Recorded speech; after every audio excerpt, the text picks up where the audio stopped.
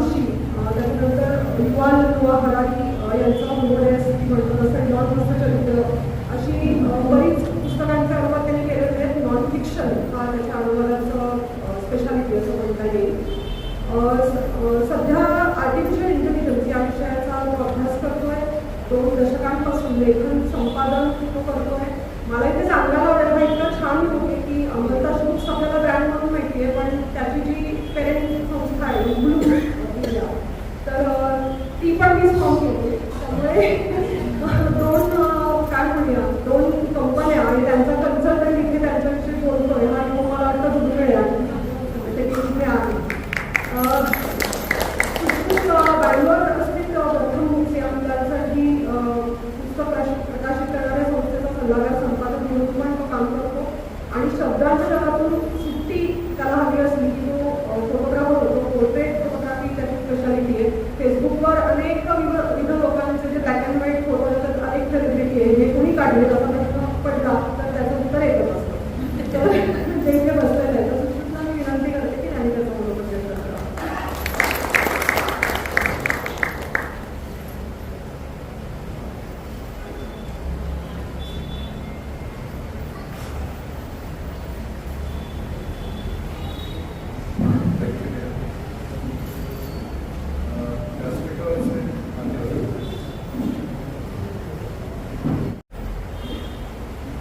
व्यासपीठावरचे मान्यवर मीनाताई सोनी, लेखक शेखर वेलटकर, वर्षा आणि नेहा यांच्याबरोबर जमलेल्या सगळ्या रसिक वाचक सगळ्यांना मनपूर्वक नमस्कार. तुम्ही सगळ्या पुस्तकाच्या प्रकाशनाला आलात याचं मला खूप छान वाटतं आहे. मी फार वेळ बोलणार नाही कारण मी एकतर पडद्यामागचं माणूस आहे. मी पडद्यामागं काम करतो आणि मला नव्हे तर मीनाताईंना ऐकायला त्याची मला पूर्ण जाणीव, त्यामुळे मी अगदी 5 मिनिटात बोलतो. थोडंसं अमरदास विषयी. अमरदास बुक्स एक बुटीक पब्लिकेशन म्हणून आम्ही काम करतो. म्हणजे वर्षाला अगदी निवडक पुस्तकं आम्ही प्रकाशित करतो. आणि सोबती हे त्यातलं एक पुस्तक. सोबती हे शेखरांनी लिहिलेलं पुस्तक निवडण्याचं कारण म्हणजे शेखर आणि वर्षा या दोघांचं काम मला माहिती.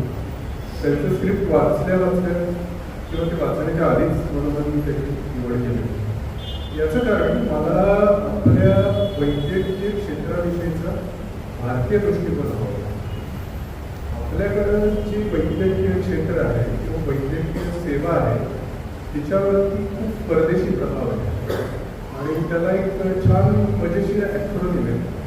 त्याला वियर्ड असं WEIRD. तर वैद्यकीय क्षेत्रात वियर्ड काय आहे तर ते आहे वेस्टर्नाइज्ड, इंडस्ट्रियलाइज्ड, एज्युकेटेड, रिच आणि डेव्हलप देशांची मानसिकता.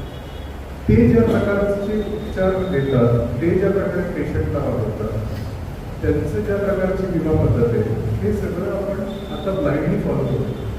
फॅमिली फिजिशियन ही संकल्पना आपल्या इकडं आता संपत आलेली. ही शेवटची पिढी फॅमिली फिजिशियन.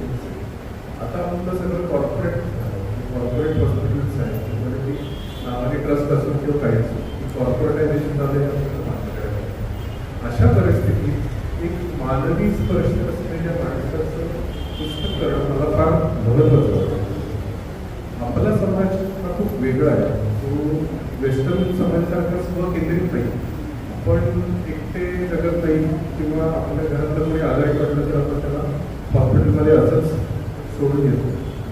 शेखरच्या पुस्तकात एक्झॅक्टली हे शेखर स्वतः एका प्रसिद्ध इंग्लिश वर्तमानपत्रात अनेक वर्ष त्यांनी काम केलं आहे. पण तो सुदैवाने तिथल्या साऊथ बॉम्बेच्या जगात त्यांनी स्वतःला बंदिस्त करून घेतलेले.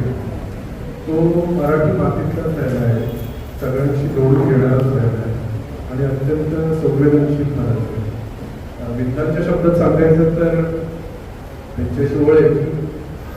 अशी मनातील ऐकतील ताण, अशी मनातील ऐकतील ताण असे झाले तिखट काळ.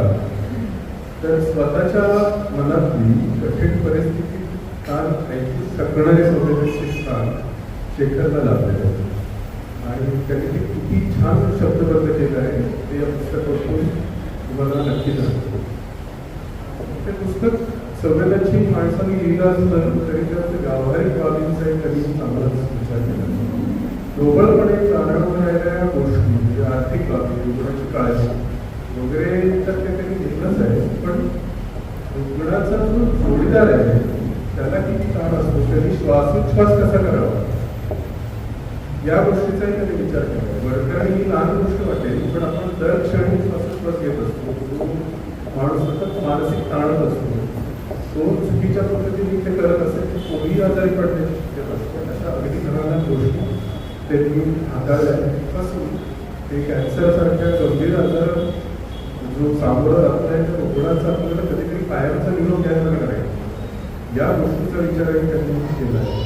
ती प्रक्रिया कशी आहे, त्याला सामोरं कसं जायचं, हा सगळा विचार त्यांनी आपल्या पुस्तकात दिला आहे. या प्रकारची मानसिक तयारी हे पुस्तक तुमचं करतो. ही पुस्तकाची निर्मिती झाली त्याला अनेक जणांच्या हातात. नशिबाराम शरद तरडे त्या नामवंत चित्रकाराचं मुखपृष्ठ या नगराचं, प्रशांत पवार यांनी यांचं उत्तम सुलेखन टायटलचं केलं आहे. अशा प्रकाशनाची युनिव्हर्सिटी पण त्यावर काम करत असते आणि सर्वात लॉस्ट पण लॉस्ट शरद स्वतः आणि वर्षा या दोघांनी खूप त्यामध्ये आपला जीव ओतलेला आहे. त्यांना जी अंतर्दृष्टी आहे, त्यांचा स्वतःचा हा अनुभव आहे, त्यामुळे हे पुस्तक आपल्याला जास्त जागरूक करेल, जास्त अवेअर करेल. खूप छान संकल्पना आहे जागरूकतेबद्दल, अवेअरनेसबद्दल. Awareness precedes choice, awareness precedes choice and choice precedes action. म्हणजेच आपल्याला जर जास्त जागरूक असेल तर जास्त चांगल्या पर्यायांची निवड होतो. हे पुस्तक वाचून आपण सगळे अधिकाधिक जागरूक होऊ आणि अधिक चांगले पर्याय देऊ अशी मला खात्री.